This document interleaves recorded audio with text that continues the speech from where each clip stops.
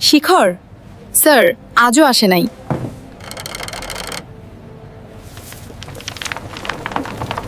কলেজটা আগের মতোই ছিল, হাসি, কথা, ব্যস্ততা সব।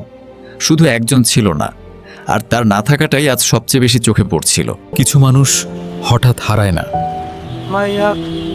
তারা ধীরে ধীরে নিজের জায়গা থেকে সরে যায়। ওর জন্য আমার এত খারাপ লাগছে কেন? আমি তো এমন না, আমি তো ঠিকই আছি। তাহলে আমি ভেঙে পড়ছি কেন? কিছু মানুষ হারিয়ে যায় না, ওরা শুধু দূরে সরে যায়।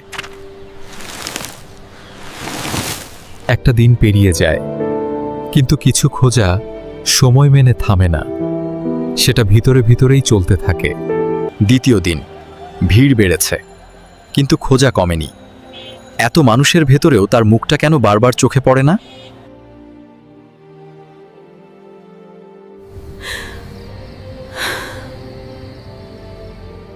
দিন শেষ হয়ে যায়, কিন্তু খোঁজা শেষ হয় না।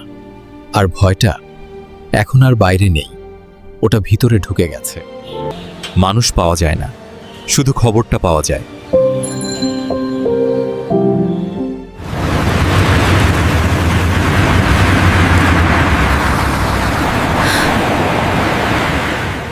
যখন কেউ জানে না একটা মানুষ কোথায়, ভয়টা তখন আর প্রশ্ন থাকে না, ভয়টা ভেতরে ঢুকে পড়ে। কিছু ভুল মানুষ হঠাৎ করে আশা দেখায়, আর সেই ভুলটাই সবচেয়ে দ্রুত ভেঙে যায়।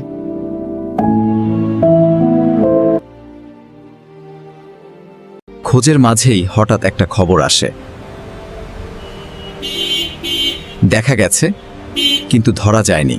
কিছু খবর আশা নিয়ে আরে, কিন্তু সেই আশাটাও পুরো বিশ্বাস চায় না।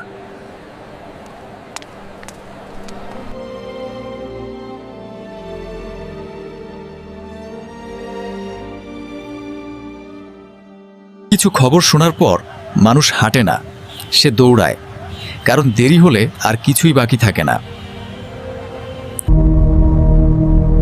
আমি ইভা। তোমরা কি এই গল্প ধারাবাহিকভাবে দেখতে চাও? তাহলে কমেন্টে বলো। ভোট দিলে পরের এপিসোড নিয়ে আসব।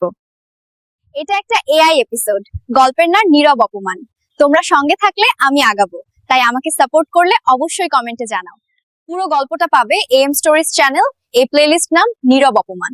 লিংক আর বিস্তারিত কমেন্টে দেওয়া আছে, দেখতে চাইলে নিচে বলো।